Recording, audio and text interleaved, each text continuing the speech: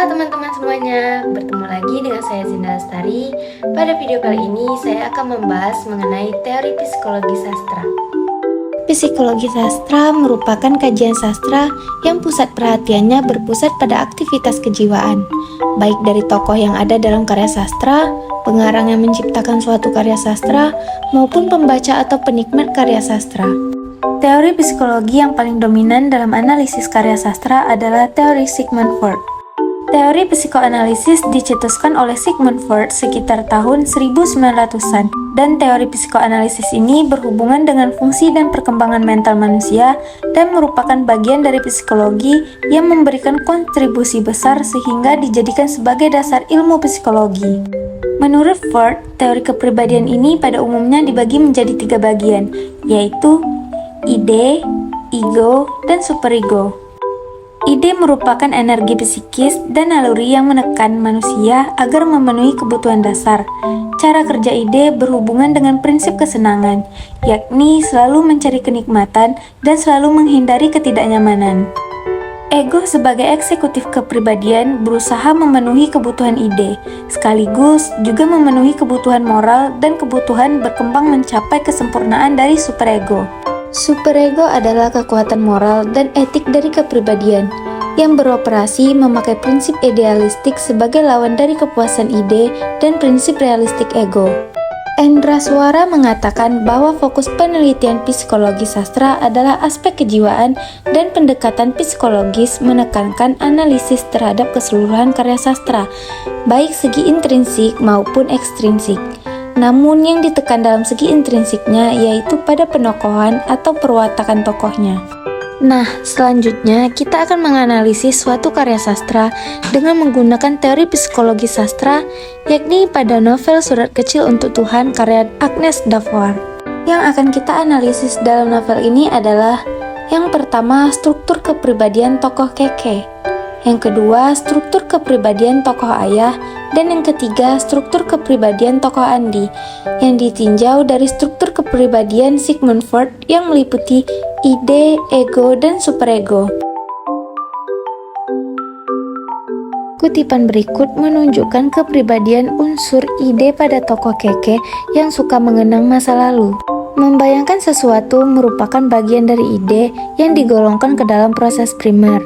Dari kutipan cerita tersebut menggambarkan betapa besarnya ide yang ada dalam diri tokoh Keke. Ide dalam diri Keke terlihat pada saat ia membayangkan ketika masih kecil. Ia pernah beberapa kali menjadi juara model dan sempat membuat album cilik. Tapi itu semua sudah berakhir akibat dari perceraian orang tuanya sehingga ia tidak bisa melanjutkan cita-citanya. Pada kutipan berikut menunjukkan kepribadian unsur ego pada tokoh Keke. Kutipan tersebut menunjukkan bahwa dalam diri Keke terdapat ego, yaitu mampu berpikir logis, yang digambarkan bahwa Keke akhirnya memutuskan untuk bangun karena ia sadar bahwa hari sudah mulai siang, dan seorang gadis tidak baik kalau bangun tidur terdahului oleh matahari, walaupun sebenarnya ia masih dalam keadaan mengantuk dan malas bangun. Kutipan berikut menunjukkan kepribadian unsur superego pada tokoh Keke. Dalam kutipan cerita tersebut menunjukkan adanya unsur superego dalam jiwa Keke, yaitu bersikap sopan, yang ditunjukkan bahwa Keke selalu mengingat nasihat ayahnya dan ia ingin membuat orang tuanya bangga.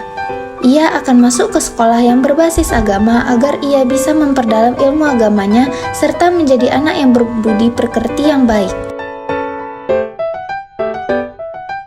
Kutipan berikut menunjukkan kepribadian unsur ide pada tokoh Ayah. Dalam kutipan cerita tersebut menunjukkan adanya unsur ide bekerja sesuai prinsip kenikmatan yang digambarkan dari wajah Ayah yang terlihat begitu bahagia karena mengetahui bahwa putri satu-satunya telah tumbuh menjadi seorang gadis dewasa, serta menjadi sosok gadis yang sangat cantik dan selalu ceria walau dalam keadaan apapun. Ayah tidak menyangka bahwa Keke sudah beranjak menjadi gadis remaja dan ia sudah mulai memberikan kepercayaan kepada Keke untuk menentukan segala pilihan dalam hidupnya. Kutipan berikut menunjukkan kepribadian unsur ego pada tokoh Ayah. Kutipan cerita ini menunjukkan bahwa ada unsur ego mampu berpikir logis, yang digambarkan pada saat Ayah telah memaklumi perubahan sikap Keke yang tidak mau minum obat dan lebih suka mengurung diri di dalam kamar. karena ayah sadar bahwa Keke sedang dalam keadaan tertekan jiwanya. Dan ayah mencoba untuk tidak menekan Keke agar ia tidak terlalu sedih menghadapi cobaan itu. Kutipan berikut ini menunjukkan kepribadian unsur superego pada tokoh ayah. Dalam kutipan cerita tersebut menunjukkan adanya unsur superego, yaitu mampu mengendalikan diri, yang digambarkan pada saat ayah mendengarkan penjelasan Prof bahwa Keke terserang penyakit kanker. Ia tak kuasa menahan tangisnya. Tapi ia sadar bahwa dengan menangis tidak akan menyelesaikan masalah, maka ia mencoba untuk tetap tenang. Kutipan berikut menunjukkan kepribadian unsur ide pada tokoh Andi.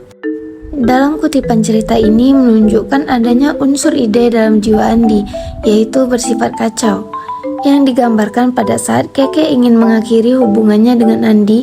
Andi pun menjadi sangat kacau dan tidak percaya kalau Keke mengakhiri hubungan dengannya.